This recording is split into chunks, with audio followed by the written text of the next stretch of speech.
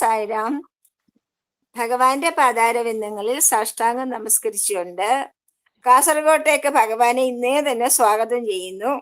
അതിന്റെ ഒപ്പം അന്തർശോചയജ്ഞത്തിന്റെ 357 ഭാഗത്തിലേക്ക് നമ്മൾ പ്രവേശിക്കുകയാണ്. എല്ലാവർക്കും സ്നേഹപൂർവ്വം സ്വാഗതം.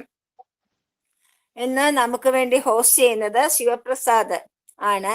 നമുക്ക് വേണ്ടി വായിക്കുന്നതും ഭജന പാടുന്നതും അനുഭവം പങ്കുവയ്ക്കുന്നതും ശ്രീമതി പ്രിയ പ്രകാശ് കൊല്ലത്താണ്. പ്രിയ നമ്മുടെ ഉഷ രവി ചേച്ചിയുടെ, അതായത് നമ്മുടെ സ്റ്റേറ്റ് കോർഡിനേറ്റർ ഒക്കെ ആയിരുന്ന ഉഷ ചേച്ചി എല്ലാവർക്കും അറിയാം. ഉഷ ചേച്ചിയുടെ മരുമകളാണ്, കൊല്ലത്താണ് താമസിക്കുന്നത്. അപ്പോ പ്രിയ മാത്രമല്ല വേദത്തിന്റെ യൂത്ത് വേദത്തിന്റെ കോർഡിനേറ്ററും കൂടെയാണ് അല്ലേ പ്രിയ? വേദത്തിന്റെ ഡിസ്ട്രിക്ട് കോർഡിനേറ്റർ അല്ലേ? അല്ല, സ്റ്റേറ്റ് കോർഡിനേറ്റർ ആണ്. കൊല്ലം ജില്ലയുടെ പിന്നെ ലേഡീസ് വേദ ത്തിന്റെ കോർഡിനേറ്ററും കൂടെയാണ്. അപ്പൊ നമുക്ക് പ്രിയയെ സ്വാഗതം ചെയ്യുന്നു. പ്രിയ ആദ്യം 3 ഓംകാരവും 3 സായി ഗായത്രിയും പറഞ്ഞിട്ട് വീഡിയോ ഓൺ ചെയ്ത് വായിച്ചോളൂ. സായിരാം. വായിച്ചു കഴിഞ്ഞിട്ട് അനുഭവം പങ്കുവയ്ക്കുക. സായിരാം. സായിരാം.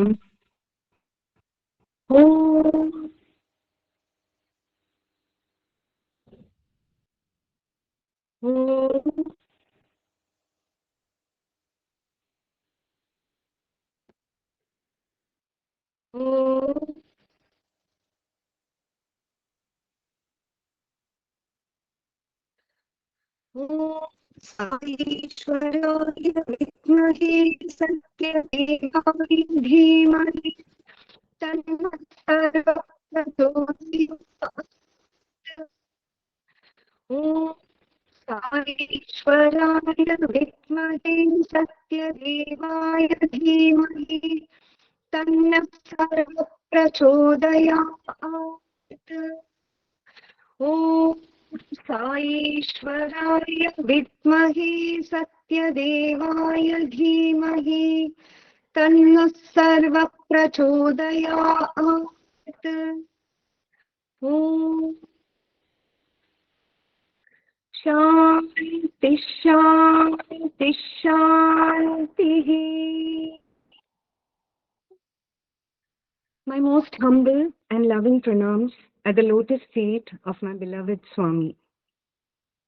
ആദ്യം തന്നെ ഇവിടെ സ്വാമിയുടെ വാണി വായിക്കാനായിട്ടും ഭഗവാനായിട്ടുള്ള ചില എക്സ്പീരിയൻസസ് ഷെയർ ചെയ്യാനായിട്ടും എന്നെ വിളിച്ച വത്സല ചേച്ചിയോടും ഓർഗനൈസേഴ്സിനും എൻ്റെ സ്നേഹവും നന്ദിയും അറിയിക്കുന്നു.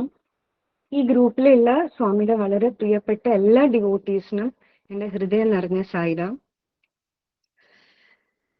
ലോകത്തില് എവിടെയും കാണാനാവാത്ത രീതിയിൽ സ്ത്രീത്വത്തിനെയും മാതൃത്വത്തിനെയും ബഹുമാനിക്കുന്ന സംസ്കാരമാണ് മഹാനവരാത്രി.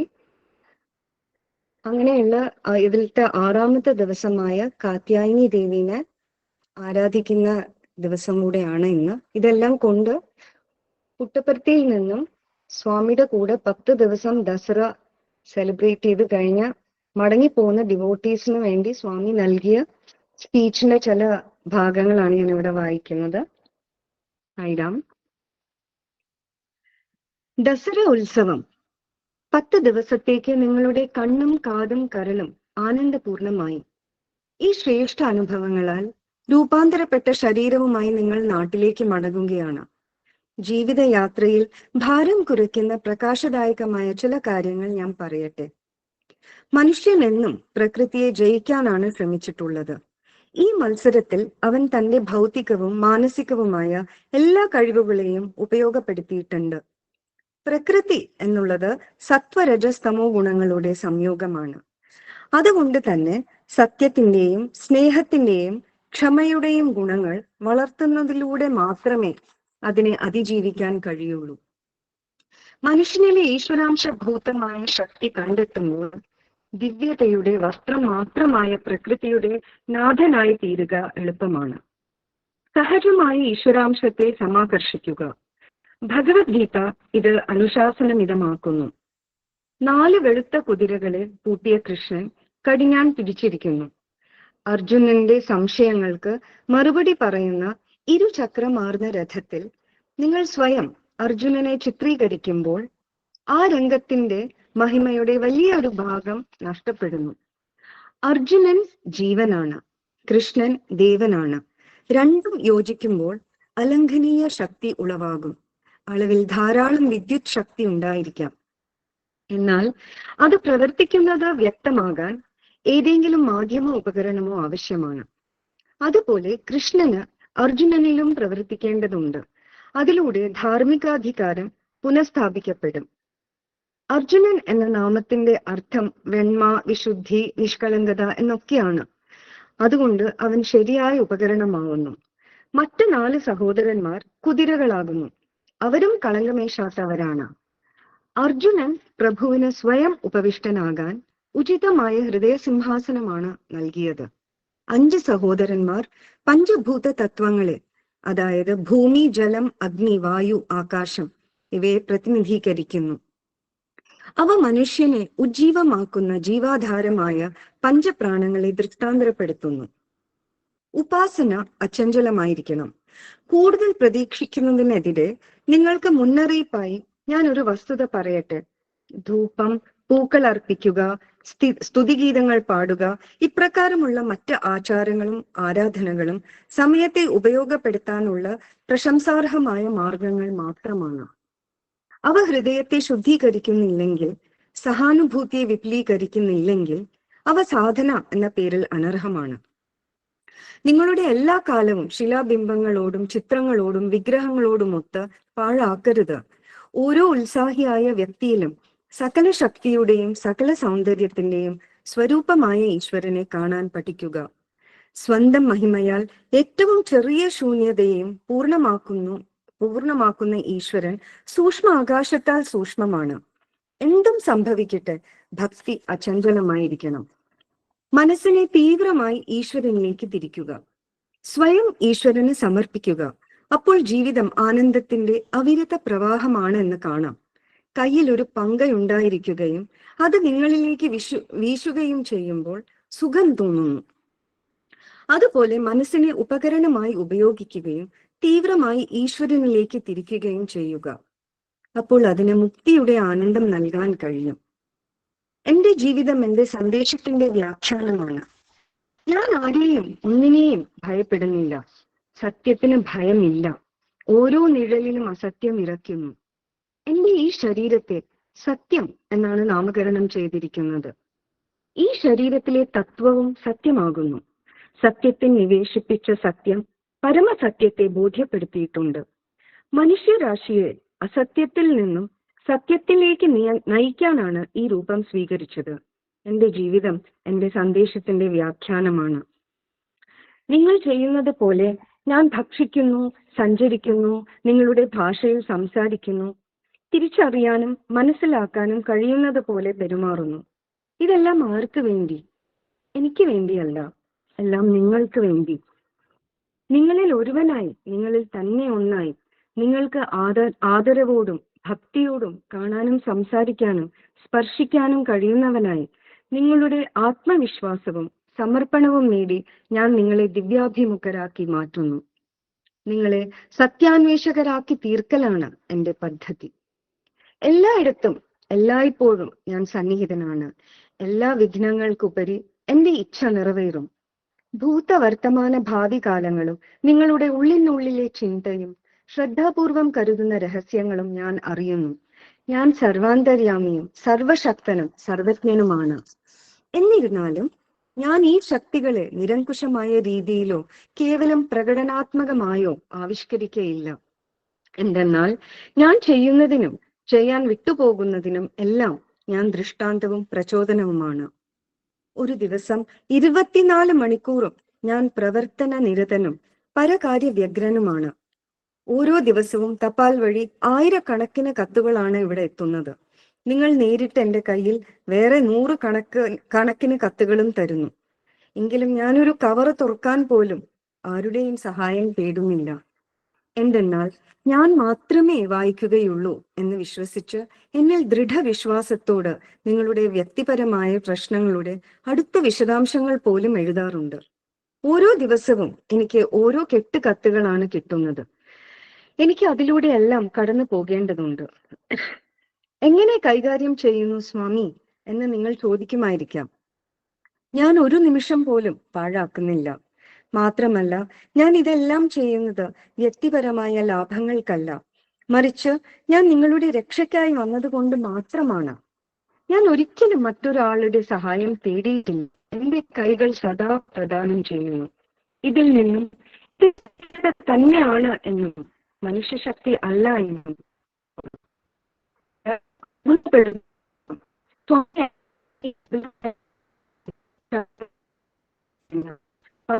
പ്രവൃത്തികൾ ആരെയാണ് ഏൽപ്പിക്കുന്നത് എന്നൊക്കെ ഞാൻ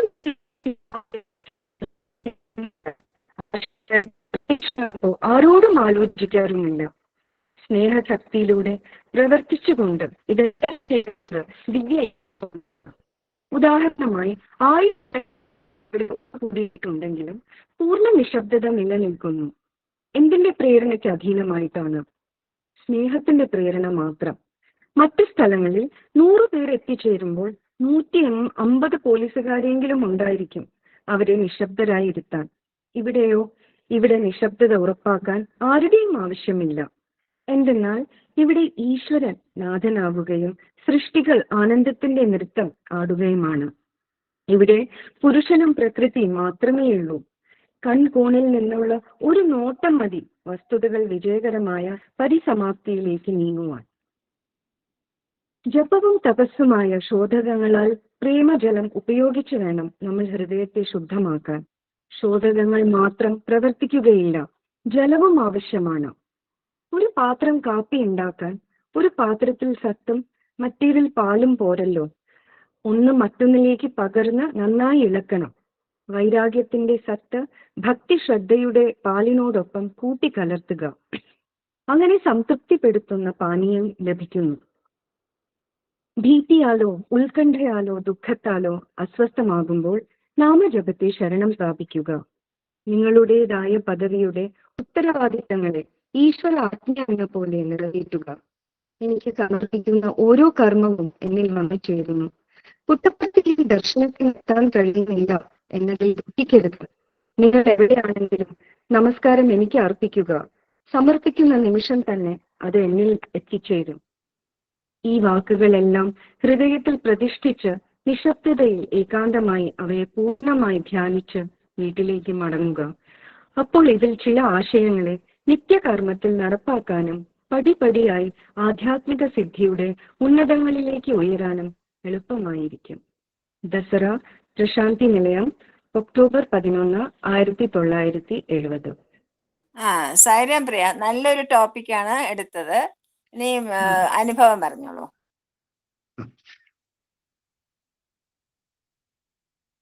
ഇത് സ്റ്റാർട്ട് ചെയ്യുമ്പോൾ ഒന്നുകൂടെ സ്വാമിയുടെ പാദത്തിൽ എന്തെങ്കിലും എന്റെ ശതകോടി പ്രണാമം. എല്ലാ ഭക്തനും തോന്നുന്ന പോലെ തന്നെ എനിക്ക് ഭഗവാനിലോട്ടുള്ള യാത്ര ഒരു ഈശ്വര സങ്കല്പമായിട്ട് തന്നെയാണ് തോന്നുന്നത്. നമ്മളുടെ ഫോർഫാദേഴ്സിന്റെ ബ്ലെസ്സിങ്സ്, നമ്മുടെ പാരൻസിന്റെ പ്രേയേഴ്സ്, നമ്മുടെ കർമ്മബലം എല്ലാം. കുട്ടിക്കാലം മുതലേ പൂജ റൂം എൻ്റെ ഒരു കളിസ്ഥാനമായിട്ടാണ് ഇരുന്നത്. അച്ഛനും അമ്മയും അത് പ്രോത്സാഹിപ്പിച്ചതേ ഉള്ളൂ. വളരെ എൻ്റെ ആ ഒരു സന്തോഷം കണ്ടിട്ട് അവര് വളരെ ചെറുപ്പത്തിൽ മുതലേ എന്നെ നാമങ്ങളൊക്കെ പഠിപ്പിക്കുമായിരുന്നു, പാടിത്തരുന്നു, കഥകൾ പറഞ്ഞു തരുമായിരുന്നു. അങ്ങനെ പിന്നെ കുറച്ച് വലുതായിട്ട് ഞാൻ വായിക്കാനുള്ള പ്രായമായപ്പോ അമർചിത്ര കഥ ബുക്സ് ആയിരുന്നു. അതിലൂടെ ഈ പൂജ റൂമിൽ കണ്ട എല്ലാ പടങ്ങളുടെ കഥകളും മനസ്സിലാക്കും. പൂജാമുറി വെച്ച് തന്നെയാണ് ഈ ബുക്സ് ഒക്കെ വായിച്ചുകൊണ്ടും ഇരുന്ന്. പിന്നെ കുറച്ചും കൂടെ വലുതായപ്പം സഹസ്രനാമങ്ങളും വേറെ വലിയ നാമങ്ങളൊക്കെ പഠിച്ചു. അങ്ങനെ പൂജ റൂം എൻ്റെ വളരെ വളരെ ഒരു ഹാപ്പി പ്ലേസ് എന്ന് പറയായിരുന്നു. അവിടെയാണെങ്കിൽ ഒരുപാട് ചെറിയ ചെറിയ കുറെ അനുഭവങ്ങളും എനിക്ക് ഉണ്ടായി. അന്ന് അതിന്റെ ഒന്നും ഇമ്പോർട്ടൻസും അത്ര അറിഞ്ഞില്ല. പക്ഷെ സ്വാമിയിൽ എത്തിയപ്പോൾ മനസ്സിലായി, സ്വാമി കാണിച്ചു തരുന്ന ഓരോ ചെറിയ മിറക്കിളും ഭഗവാന്റെ വിസിറ്റിംഗ് കാർഡാണ്. നമ്മളുടെ കണക്ഷൻ ഭഗവാനായിട്ട് ഫേം ആക്കാനുള്ള വിസിറ്റിംഗ് കാർഡ്സ് ആണ് ഇതെല്ലാം. അങ്ങനെ കല്യാണ പ്രായമായപ്പം എനിക്ക് ഭഗവാനോട് ഒരു വലിയ പ്രാർത്ഥനയാണ്, എന്നും ഈ ഭഗവാനായിട്ടുള്ള കൂട്ടുകെട്ട്, അതായത് ഈ കണക്ഷൻ ഒരിക്കലും ദുർബലം ആവില്ല സ്വാമി, ഭഗവാൻ അത് കാത്തുരക്ഷിക്കണേ എന്ന് ഉണ്ടായിരുന്നു. അങ്ങനെ ഇരിക്കുമ്പോൾ അമ്മ എന്നെ കാണാനായിട്ട് എൻ്റെ വീട്ടിലേക്ക് വന്നു. അമ്മ ചേച്ചി പറഞ്ഞ പോലെ ഉഷ ചേച്ചി, ഉഷ അമ്മ എല്ലാവർക്കും ഒരുപാട് സ്നേഹം കൊടുത്തിട്ടുള്ള അമ്മയായിരുന്നു. അമ്മ എൻ്റെ മദറിൻലോ. അമ്മ എന്നെ കാണാൻ വന്നപ്പോഴേ നമുക്ക് എനിക്ക് ഒരു അത് വിശദീകരിക്കാൻ അറിയാത്ത ഒരു വികാരമായിരുന്നു ഞങ്ങൾ തമ്മിൽ ഉണ്ടായത്. മാത്രമല്ല അമ്മ എന്നെ ആദ്യം കണ്ട ആ മൊമെന്റിൽ എന്നെ തന്ന സ്നേഹം അതൊരു ബൗണ്ട്ലെസ് ലവ്, ഒരു അതിരില്ലാത്തൊരു സ്നേഹം ആദ്യത്തെ ഇതിൽ എന്നെ തന്നത്. ആ ലവ് എന്നും നിലനിർത്തി, അത് കൂടിയെങ്കിലേ ഉള്ളൂ. അമ്മ സ്വാമിയുടെ അടുത്തേക്ക് തിരിച്ചു പോണവരെയും അത്രയും തന്നെ ലവ് നമ്മളായിട്ട് ഷെയർ ചെയ്തിട്ടുണ്ട്. ഭയങ്കര ഒരു സ്പെഷ്യൽ ബോണ്ടിങ് ആയിരുന്നു. അങ്ങനെ അപ്പോഴാണ് മനസ്സിലായത് അമ്മയ്ക്ക് ഇത്രയും ലവ് നമ്മുടെ ഉള്ളിൽ നിന്ന് വരുന്നത് എന്താണെന്ന് വെച്ചാൽ അമ്മയുടെ അകത്ത് മുഴുവനും നിറഞ്ഞു കവിഞ്ഞ് ഒഴുകി നിൽക്കുന്നത് സ്വാമി തന്നെ ആണ് എന്ന്. അങ്ങനെ കല്യാണം കഴിഞ്ഞിട്ട് ഞാൻ അമ്മയുടെ വീട്ടിലേക്ക് എത്തി. അമ്മയുടെ വീട്ടിലെത്തിയപ്പോൾ എല്ലാ റൂമിലും സ്വാമിയുടെ പടമായിരുന്നു. എല്ലാരും എപ്പോഴും സ്വാമിയെ പറ്റി സംസാരിക്കും, സ്വാമിയുടെ മിറക്കിൾ, സ്വാമിയുടെ അനുഭവങ്ങള്, സ്വാമിയുടെ പ്രോഗ്രാംസ്, പിന്നെ കുറെ ഭജനകൾ വീട്ടില് എന്നും ഒരുപാട് പ്രാവശ്യം അമ്മ ആരത്തി എടുക്കുമായിരുന്നു. അപ്പൊ എനിക്ക് മനസ്സിലായി ഞാൻ പ്രാർത്ഥിച്ച ആ കാര്യം സ്വാമി നടത്തി തന്നു. സ്വാമി എനിക്കൊരു സ്ഥലം മാറ്റം മാത്രമേ തന്നുള്ളൂ. എന്നെ ഒരു പൂജാമുറിയിൽ നിന്നും വേറൊരു പൂജാമുറിയിലേക്ക് സ്വാമി എന്നെ എത്തിച്ചു. അച്ഛന്റെ ഫാമിലിയും എൻ്റെ ഫാദറിൻലോന്റെ ഫാമിലിയും വളരെ ഓൾഡ് ഡിവോട്ടീസ് ആണ്. പണ്ട് കാലം മുതലേ സ്വാമിനെ കാണാൻ ചിത്രാവതിയൊക്കെ ക്രോസ് ചെയ്ത് കാളവണ്ടിയിൽ പോയി നടന്ന മണലിലിരുന്ന് സ്വാമിയെ ദർശിച്ചവരൊക്കെയാണ്. അച്ഛന്റെ 2 സിസ്റ്റേഴ്സ് ആണ് കേരളത്തിലത്തെ ബാൽവികാസ് ബുക്സിന്റെ സിലബസും ബുക്സ് എല്ലാം ഉണ്ടാക്കിയിട്ടുള്ളത് അവരാണ്. അങ്ങനെ സ്വാമിയുടെ കൂടെയുള്ളൊരു ലൈഫായിരുന്നു മാരേജ് കഴിഞ്ഞിട്ടും. അങ്ങനെ ഇരിക്കുമ്പോൾ അമ്മ പറഞ്ഞു സ്വാമിയെ പോയി കാണാം എന്ന് പറഞ്ഞിട്ട് നമ്മള് പ്ലാൻ ചെയ്ത് വന്ന് ഞാൻ മോനെ പ്രഗ്നന്റ് ആയിരിക്കുന്ന ഒരു കാലമായിരുന്നു. സ്വാമിയെ കാണാൻ പോയി വൈറ്റ് ഫീൽഡിൽ വെച്ചായിരുന്നു സ്വാമിയെ കണ്ടത്. അപ്പം സ്വാമിനെ ദർശനം നടന്നുകൊണ്ടിരിക്കുക അമ്മ പെട്ടെന്ന് എന്നെ തട്ടിയിട്ട് പറഞ്ഞു സ്വാമി പ്രിയനെ നോക്കണു എന്ന് പറഞ്ഞു. അപ്പൊ ഞാൻ ഇങ്ങനെ ഭയങ്കര തല പൊക്കി നോക്കിയപ്പം സ്വാമിയുടെ കണ്ണാണ് ആദ്യമായിട്ട് ഉള്ളിൽ ഇങ്ങനെ തട്ടിയത്. ഭയങ്കര സ്നേഹവും ഭയങ്കര കമ്പാഷനും ഉള്ള ഇങ്ങനെ തിളങ്ങി നിൽക്കണ കണ്ണായിട്ടാണ് എനിക്ക് അന്ന് തോന്നിയത്. അങ്ങനെ ആ ഒരു ഫീലിങ്ങും കൊണ്ട് തിരിച്ച് നാട്ടിലേക്ക് വന്നു. പിന്നെ മോനെല്ലാം ജനിച്ചപ്പോൾ അമ്മ പറഞ്ഞു മോനെ കാണിക്കാനായിട്ട് പോവാം. അങ്ങനെ നമ്മൾ രണ്ടാമതും പ്ലാൻ ചെയ്തു. അപ്പോഴും സ്വാമി കുട്ടപ്പുറത്തിയിലല്ലായിരുന്നു, വൈറ്റ് ഫീൽഡിൽ തന്നെയായിരുന്നു. അന്ന് ദർശനത്തിനൊക്കെ പോയപ്പം കൊച്ചുകുട്ടി കയ്യിലിരിക്കുമ്പം അവര് മെയിൻ സ്ഥലങ്ങളിലൊന്നും ഇരിക്കാൻ സമ്മതിക്കില്ല. അപ്പോ എന്നെ വേറെ സ്ഥലത്ത്, അപ്പൊ എനിക്ക് സങ്കടം, നമ്മുടെ അടുത്ത് മാറ്റിയാണ് എടുത്തിയത്. എന്നിട്ട് വേറൊരു സൈഡിൽ ഒരു കോർണറിൽ കൊണ്ടുപോയി ഇരുത്തി. പക്ഷെ നമുക്ക് സ്വാമി വരുന്നതൊക്കെ നന്നായി കാണാൻ പറ്റുന്ന സ്ഥലമായിരുന്നു. എന്നാലും അന്ന് സ്വാമി കുറെ ലേറ്റുമായി. പിന്നെ അപ്പൊ ഞാൻ പേടിച്ചിരിക്കുന്നു, മോൻ കരഞ്ഞ അവര് പറയും അവിടുന്ന് സ്ഥലം മാറി ഇരിക്കാനായിട്ട്. എന്തായാലും കറക്റ്റ് ടൈമിൽ സ്വാമി എത്തി. അപ്പൊ വൈറ്റ് ഫീൽഡ് വരുന്ന ഗേറ്റ് ഒക്കെ പിടിച്ചൊക്കെ നിൽക്കും, എന്നിട്ട് ഡിവോട്ടീസിനെല്ലാം നോക്കും. അങ്ങനെ അന്ന് സ്വാമി ഡിവോട്ടീസിനെയൊക്കെ നോക്കി അവസാനം നോക്കുമ്പോൾ ഞാനും മോനും അവിടെ ഇരിക്കുന്നു. സ്വാമി സ്ഥിരമായിട്ട് പോകുന്ന ആ പാത്ത് കൂടെ അല്ലാതെ നേരെ ഗേറ്റിൽ നിന്ന് ഈ കോർണറിലേക്ക് എനിക്ക് നടന്നു വന്നിട്ട് മോന്റെ തലയിൽ കൈ വെച്ച് സ്വാമി അനുഗ്രഹിച്ചു. എൻ്റെ അടുത്ത് പാദ നമസ്കാരം എടുക്കാൻ പറഞ്ഞു. ഇത് പോയി ആ നാട്ടിലേക്ക് തിരിച്ചു പോയത്. പിന്നുള്ള കുറച്ചു കാലം കുറെ പുതിയൊരു നാട്ടിലായിട്ട് പോയി. എന്നാലും ഭഗവാൻ എന്നെ ഉള്ളിൽ വെച്ചോണ്ടിരുന്നു. പിന്നെ അങ്ങനെ ഇരിക്കുമ്പോൾ ഞാൻ സെക്കൻഡ് ടൈം പ്രഗ്നന്റ് ആയി. മോളെ എന്നെ പ്രഗ്നന്റ് ആയിരിക്കുന്ന ടൈമിൽ ഞാൻ ഡോക്ടറെ കാണിച്ച് ഇതിന് എൻ്റെ ലൈഫ് ഫുള്ളും ഒരു ട്വിസ്റ്റ് ആയി പോയ ടൈമായിരുന്നു. ഞാൻ പ്രഗ്നന്റ് ആയപ്പോൾ എൻ്റെ ബോഡിയിൽ ഹെപ്പറ്റൈറ്റിസിന്റെ വാക്സിൻ എടുത്തിരിക്കുന്ന ടൈമായിരുന്നു. അപ്പൊ ആ സമയത്ത് ഹെപ്പറ്റൈറ്റിസ് വാക്സിൻ വളരെ ഗ്രോത്ത് ഓഫ് ദ ചൈൽഡ് എന്ന് പറഞ്ഞു. അപ്പോൾ വളരെ ഷോക്കിംഗ്, വളരെ ഫേം ആയിട്ട് പറഞ്ഞു ഈ പ്രഗ്നൻസി കണ്ടിന്യൂ ചെയ്യാൻ പറ്റില്ല, ഉടനെ നിർത്തണം എന്ന്. അത്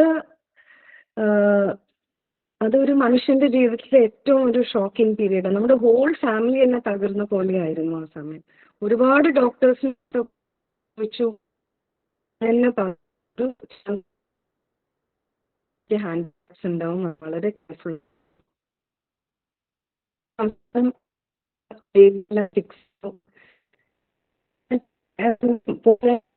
പക്ഷെ ബ്രേക്ക് ആവുന്നുണ്ടല്ലോ പ്രിയ. വീഡിയോ ഓൺ ഓഫ് ചെയ്ത് നോക്കൂ. ആ വീഡിയോ ഇപ്പൊ പറഞ്ഞു നോക്കൂ. ബെറ്ററായോ? ഇപ്പൊ ബെറ്ററോ? അല്ലെങ്കിൽ ഞാൻ വേറെ ഡിവൈസിൽ കണക്ട് ചെയ്യണോ ശരിക്കും? പറഞ്ഞോളൂ.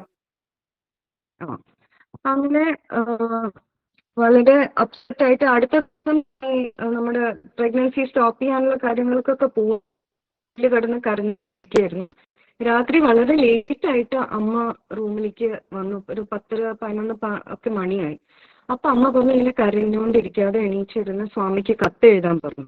അപ്പൊ ഞാൻ അതുവരെ സ്വാമിക്ക് കത്തുകൾ ഒന്നും എഴുതിയിട്ടില്ല. എനിക്ക് അറിഞ്ഞുകൂടെ എങ്ങനെയാ എഴുതേണ്ടതെന്നും കൂടെ അറിഞ്ഞുകൂടെ.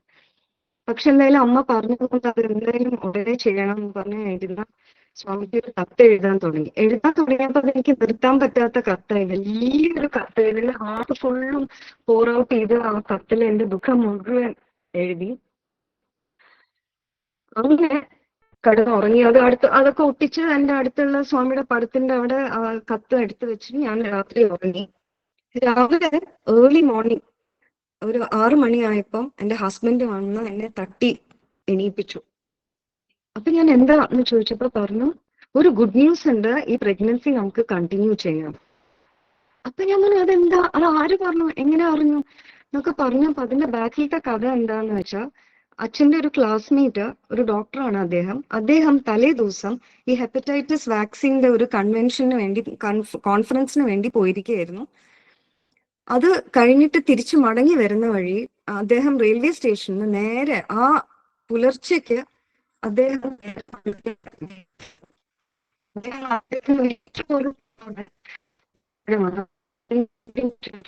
പറഞ്ഞു, അല്ല ഇങ്ങനെ ഈ കോൺഫറൻസിന്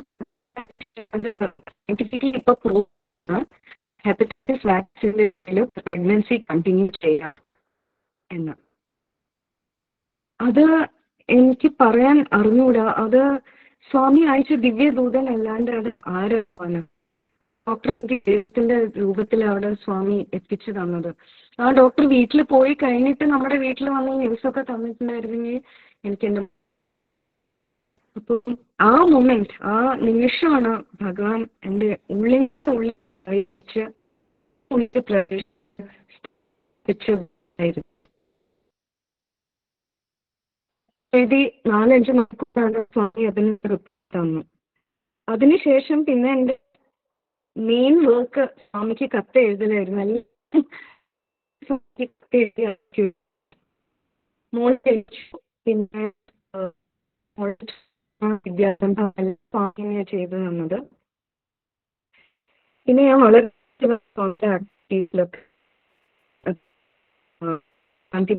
ഒന്ന് അങ്ങോട്ടും ഇങ്ങോട്ടും മാറിയിരുന്നു നോക്കൂ.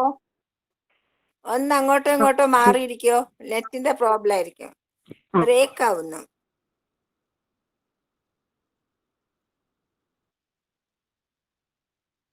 നന്നായിട്ട് പറയുകയാണ്, കേൾക്കണം. അതുകൊണ്ട് കുറച്ച് അങ്ങോട്ടും ഇങ്ങോട്ടും മാറിയിട്ട് പറയൂ.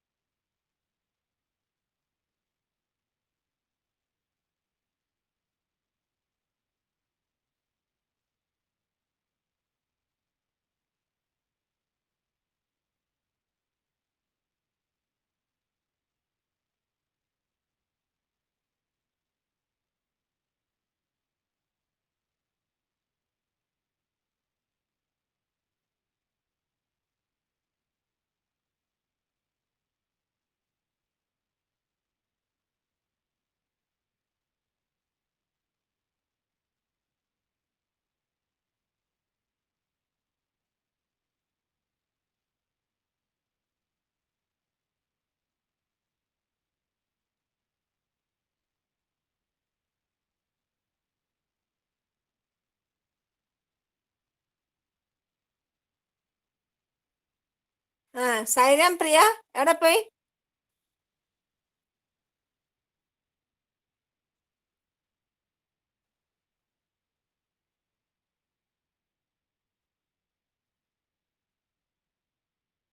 സായിരാം ഇപ്പൊ കൃപലാനി പ്ലീസ് വീഡിയോ ഓഫ് ചെയ്യോ? സായിരാം ഇപ്പൊ കേക്കുണ്ടോ ചേച്ചി? ഓഫ് ചെയ്യാം. ചേച്ചി ഇപ്പൊ കേക്കുണ്ടോ? Sir Kripalani sir video off ചെയ്യണം.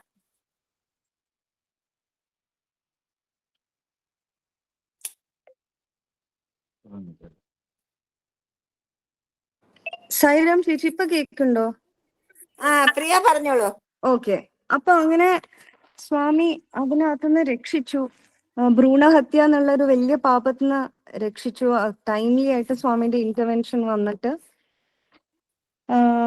എനിവേ അപ്പം അങ്ങനെ പിന്നെ ഞാൻ എല്ലാ ആക്ടിവിറ്റീസിലും വളരെ ആക്റ്റീവായി. ഭജന, ബാൽ വികാസ്, ഗ്രഹശാന്തി, ഡ്രാമ. ആ കാലത്ത് അമ്മ കുറെ ഡ്രാമകൾ കൊണ്ടുപോയിരുന്നു സ്വാമിക്ക് കാണാനായിട്ട്. അതിന്റെയൊക്കെ ഭാഗം ആവാൻ പറ്റി. വേദം പഠിക്കാൻ തുടങ്ങി. അങ്ങനെ വളരെ ഒരു സന്തോഷമായിട്ടുള്ള ടൈം ആയിരുന്നു സ്വാമിയുടെ കൂടെ. അങ്ങനെ ഇരിക്കുമ്പോൾ ഒരു ദിവസം എൻ്റെ കയ്യിൽ ഒരു ബ്ലോസംസ് ഓഫ് ഇറ്റേണൽ സ്പ്രിംഗ് എന്ന് പറഞ്ഞ ഒരു ബുക്ക് കിട്ടി. അത് സുനിൽ ഗവാസ്കറിന്റെ സിസ്റ്റർ കവിത അവരെഴുതിയ ബുക്കാണ്. ആ ബുക്ക് വളരെ ബ്യൂട്ടിഫുൾ രീതിയിലാണ് എഴുതിയിരുന്നത്. അപ്പൊ ആ ബുക്ക് ഞാൻ രാവിലെ വായിച്ചു തുടങ്ങിയിട്ട് അതെനിക്ക് വൈകിട്ട് വരെയും നിർത്താൻ പറ്റിയില്ല. അത്രയ്ക്കും നല്ല രീതിയിലാണ് ആ ബുക്ക് എഴുതിയിരുന്നത്. പക്ഷെ അതിന്റെ അവസാനത്തെ ഒരു 2-3 ചാപ്റ്റേഴ്സേ ഉള്ളൂ ആ ബുക്ക് ഇനി തീരാൻ. അവിടെ വരെ എത്തിക്കഴിഞ്ഞപ്പോ ഒരു ചാപ്റ്ററില് ഈ കവിത എഴുതിയിട്ടുണ്ട്. സ്വാമി ഇങ്ങനെ ദർശനത്തിന് വരാൻ പോവുമായിരുന്നു. അപ്പം അവരിങ്ങനെ ഭയങ്കര എല്ലാ പ്രാവശ്യവും സ്വാമി അവരുടെ മുമ്പ് കൂടെ പോകുമ്പം അവരെ നോക്കും, അവരുടെ അടുത്ത് സംസാരിക്കും, അവരുടെ പ്രസൻസ് എക്നോളജ് ചെയ്യും, ചിരിക്കും ഒക്കെ ചെയ്യും. അപ്പൊ അന്ന് അവരതൊക്കെ എക്സ്പെക്ട് ചെയ്തിരുന്നു. അപ്പൊ സ്വാമി ദർശനത്തിന് വന്ന് ഇങ്ങനെ അവരെ നടന്ന് ഇങ്ങനെ പോയി, അവരെ പാസ് ചെയ്ത് പോയി. അപ്പൊ അവർക്ക് ഭയങ്കര വിഷമമായി. പക്ഷെ അവരവിടെ ഇരുന്ന് ഐ ലവ് യു സ്വാമി എന്ന് പറഞ്ഞു. അത് പറഞ്ഞപ്പോ സ്വാമി തിരിച്ച് കുറച്ച് സ്റ്റെപ്സ് എടുത്ത് തിരിച്ചു വന്ന് ഇവരുടെ അടുത്ത് ഐ ലവ് യു എന്ന് പറഞ്ഞു. ഇത് കേട്ടപ്പം എൻ്റെ മനസ്സിൽ ഒരു വിചാരം വന്നു. അതെന്തുകൊണ്ടാ വന്നതെന്ന് ഇന്നും അറിഞ്ഞൂടാ. സ്വാമിനോടുള്ള സ്നേഹം കൊണ്ടാണ് ഞാൻ വിശ്വസിക്കുന്നത്. പക്ഷെ അപ്പൊ ഞാൻ വിചാരിച്ചു, ഞാൻ എല്ലാ ദിവസവും സ്വാമിയുടെ അടുത്ത് ഐ ലവ് യു പറയുന്നുണ്ടല്ലോ സ്വാമി, എന്നിട്ട് ഒരിക്കൽ പോലും സ്വാമി എൻ്റെ അടുത്ത് തിരിച്ച് ഐ ലവ് യു എന്ന് പറഞ്ഞിട്ടില്ലല്ലോ. ഞാൻ അങ്ങനെ വിചാരിക്കാനുള്ള ഒരു റൈറ്റേ ഇല്ല. എന്താ വെച്ചാൽ സ്വാമി എന്തൊക്കെ ജീവിതത്തിൽ ചെയ്തു തന്നിട്ടുണ്ട്. എന്നാലും ഇങ്ങനെ ഒരു വിചാരം മനസ്സിന്റെ ഉള്ളിൽ വന്നു. മാനിന്റെ ഈവിൽ ക്വാളിറ്റീസ് ആയിരിക്കും. പക്ഷെ ഞാൻ ഇങ്ങനെ പറഞ്ഞു. പിന്നെ ഈ ബുക്ക് ഞാൻ തീർത്തു. പക്ഷെ പിന്നെ ആദ്യം വായിച്ച രസമൊക്കെ പോയി. എന്ന് വെച്ചാൽ മനസ്സിനകത്ത് ഇതായിരുന്നു ഇങ്ങനെ ഇരിക്കുന്നത്. എന്നിട്ട് നമ്മുടെ ആ ടൈമിൽ ടെക്നോളജി ഒന്നും അത്ര ഡെവലപ്ഡ് ആയിട്ടില്ല. നമുക്കൊക്കെ മൊബൈൽ ഫോൺ ഉണ്ട്, പക്ഷെ അതില് വാട്സാപ്പ് ഒന്നും ഇല്ല. SMS ടെക്സ്റ്റ് മെസ്സേജസ് മാത്രമുള്ള കാലമാണ്. എൻ്റെ ഫോണില് ടിങ് എന്ന് പറഞ്ഞ ഒരു റിങ് വന്നു. ഞാൻ ഫോൺ എടുത്ത് നോക്കിയപ്പോ ഒരു അൺനോൺ നമ്പർന്ന ഒരു മെസ്സേജ്. അപ്പൊ ഞാൻ ആ മെസ്സേജ് ഓപ്പൺ ചെയ്തു. മെസ്സേജിന് ഓപ്പൺ ചെയ്തപ്പോൾ അതിനകത്ത് 3 വേർഡ്സ് മാത്രമേ ഉണ്ടായിരുന്നുള്ളൂ, ഐ ലവ് യു. ആ മെസ്സേജ് കണ്ടപ്പോ ഞാൻ ആയതും അത് അങ്ങനെ ഡിലീറ്റ് ആയി പോയി. ആ മെസ്സേജ് പോയി. അതൊരു അമ്മയ്ക്ക് പോലും കാണിച്ചു കൊടുക്കാൻ പറ്റിയില്ല. അപ്പോ സ്വാമി അത്രയും ബട്ടറാ സ്വാമിയുടെ ഹാർട്ട്. സ്വാമിയുടെ ആ ഒരു ഡിവോട്ടീന്റെ, ഒരു ഭക്തന്റെ ഒരു ആഗ്രഹം പോലും സ്വാമി അന്തര്യാമി ആയതുകൊണ്ടല്ലേ അതെല്ലാം ചെയ്തു തരണത്. ചേച്ചി ഇനിയും ടൈം ഉണ്ടോ? അതോ ഇനിയൊരു നമുക്ക് ഒരു 2 മിനിറ്റും കൂടെ പറഞ്ഞോളൂ. പിന്നെ എനിക്ക് ആദ്യം കിട്ടിയ ഇന്റർവ്യൂവിന്റെ കാര്യം പറയാം. അതൊരു ഓണത്തിന് അമ്മേനെയും പ്രീത ചേച്ചീനെയും ഒക്കെ സ്വാമി ഇന്റർവ്യൂവിന് വിളിച്ച് അപ്പൊ അന്ന് ഞാൻ സ്വാമിയായിട്ട് ഡയറക്റ്റ് കമ്മ്യൂണിക്കേഷൻ ചെയ്തിട്ടേ ഇല്ല. സ്വാമി അമ്മയുടെ അടുത്ത് ചോദിച്ചു ഒന്ന് പ്രിയ എങ്കേന്ന്.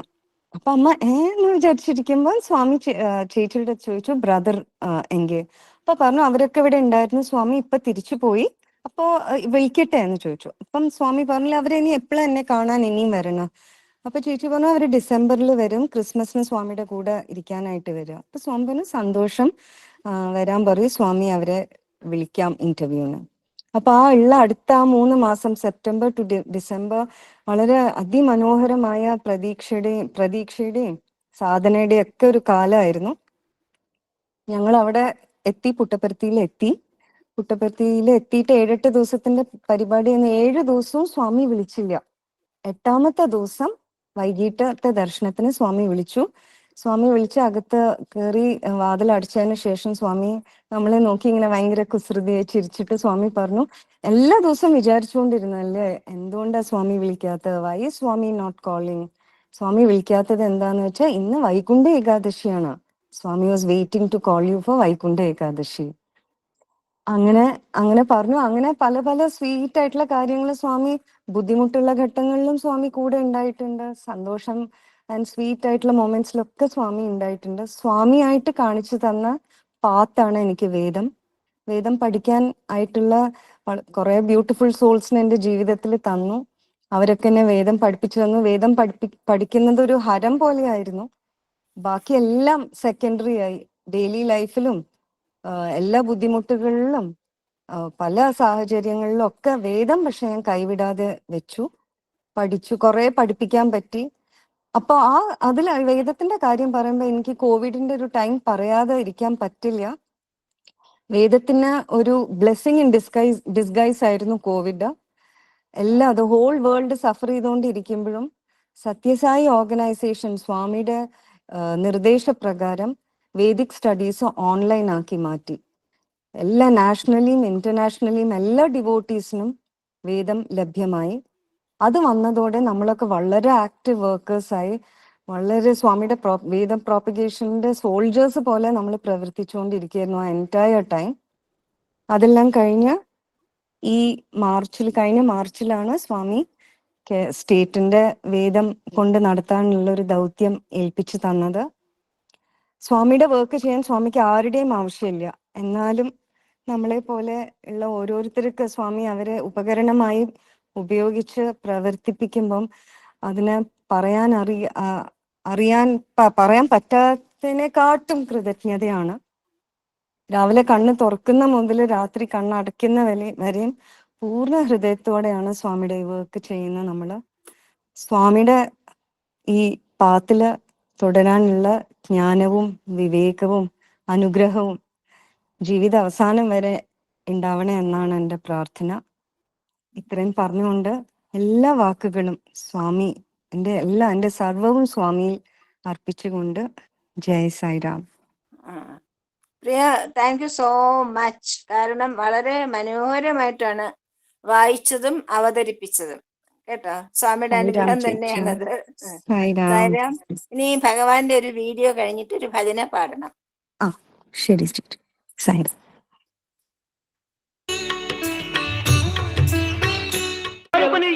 ఆధ్యాత్మికమంతా కూడా కేవలం ఆడంబరంగా రూపొందుతూ ఉంటుండాలి. Today all our spirituality is becoming only a big show. కావాల్సిన ఉపన్యాసాలు చెప్తున్నాము, we are delivering very big speeches. కావాల్సిన సేవలు చేస్తున్నాము, we are also undertaking భజనలు సలుపుతున్నాము, we are also doing bhajan. ఇంకా అనేక విధమైన సాధనలు చేస్తున్నాము. And many more things. ఎన్ని చేసి ప్రయోజనం ఏంటి? మూడింటి యొక్క ఏకత్వం కాక, without bringing about unity between thought, word and deed, what is the use of doing any number of things? ఈ సత్వరజో తమో గుణముల యొక్క ఏకత్వాన్ని మనం అనుభవించాలి. We should experience the unity of sattva, raja and tamo gunas. మనకు ఆనందము. Then only we are full of అప్పుడే ఆత్మ సందర్శనం. Then only we can get the vision of Atma. ఆత్మకు ప్రత్యేకంగా ఒక చోటుకు మనం పోనక్కర్లేదు. Atma cannot be found in a different place. ఈ ఆత్మ ఒక చోటు నుండి ఒక చోటు కదిలేటువంటిది కాదు. Atma is not one which moves from one place to another place. దైవం ఎక్కడి నుంచినో ఎక్కడికో వచ్చి దర్శనమిస్తాడని భావించరాదు. We should not consider God comes from one place to another place. సర్వత్రా ఉండినటువంటి వాడికి ప్రయాణం చేయవలసిన అవసరం ఏముంటుండాలి? When God is all pervasive, where is the need for him to travel from one place? పోగరు లేనటువంటి యొక్క శక్తి దైవత్వం. Divine power is one which does not have comings and goings. కనుకనే మనం ఆచరించినప్పుడు ఈ ఆనందానికి మనం అర్హులమవుతాం. When we practice things properly, we become entitled for experience. പ്രിയ ഒരു ഭജന പാടിക്കോളൂ. ശരി. മാതാ മാതാ സായി മാതാ മാതാ മാതാ സായി മാതാ जगत माता साई विश्व माता, जगत माता साई विश्व माता, माता माता साई माता, दुर्गा भवानी काली कपालिनी, दुर्गा भवानी काली कपालिनी, शांतिदायिनी साई माता, शांतिदायिनी साई माता, माता माता साई माता, जगत माता साई विश्व माता, माता माता साई माता, दुर्गा भवानी काली कपालिनी, शांतिदायिनी साई माता, शांतिदायिनी साई माता, माता माता साई माता. സായിരാം. ഓം ശ്രീ സായിരാം. സായി ഉപമ: സത്വഗുണത്തോടു കൂടിയവർക്ക് ദിവ്യദർശനവും വീരവിജയവും നേടുവാൻ സാധിക്കും. പണത്തിനോ പാണ്ഡിത്യത്തിനോ ദോഷമില്ല. അറിവിനും ബുദ്ധിക്കും ദോഷം ഒന്നുമില്ല. പക്ഷേ അവയുടെ സഹായത്തോടെ മനുഷ്യൻ ചെയ്യുന്ന പ്രവർത്തികൾക്കാണ് ദോഷമുള്ളത്. തെളിഞ്ഞ വെള്ളത്തിന് നിറമില്ല. വെള്ളം കറുത്ത കുപ്പിയിൽ നിറച്ചാൽ അത് കറുപ്പായി കാണപ്പെടും. ചുവന്ന കുപ്പിയിലാണെങ്കിലോ ചുവപ്പാകും. വാസ്തവത്തിൽ വെള്ളത്തിന്റെ നിറം മാറുന്നില്ല. കുപ്പിയുടെ നിറം പോലെ തോന്നുന്നത് മാത്രമാണ്. രജോ ഗുണത്തിനും പണവും അറിവും ബുദ്ധിയും ഉണ്ടായാൽ അവരിൽ കാമവും അത്യാഗ്രഹവും വളരും. തമോ ഗുണികളിൽ അത് ലോഭവും ദുരാഗ്രഹവും അസൂയയും വളർത്തും. സത്വഗുണികളിൽ അത് തന്നെ പ്രേമവും ഐക്യവും സേവനത്വരയും വളർത്തുന്നു. അതിനാൽ ഓരോരുത്തരും സത്യഗുണ പ്രധാനമുള്ള സ്വഭാവം വളർത്തുന്നതിനായി ശ്രമിക്കണം. ജയ സായിരാം. സമസ്തലോകാഃ സുഖിനോ ഭവന്തു, സമസ്തലോകാഃ സുഖിനോ ഭവന്തു, സമസ്തലോകാഃ സുഖിനോ ഭവന്തു. ഓം ശാന്തി ശാന്തി ശാന്തി. ജയ് ബോലോ ഭഗവാൻ ശ്രീ സത്യ സായി ബാബാജി की जय.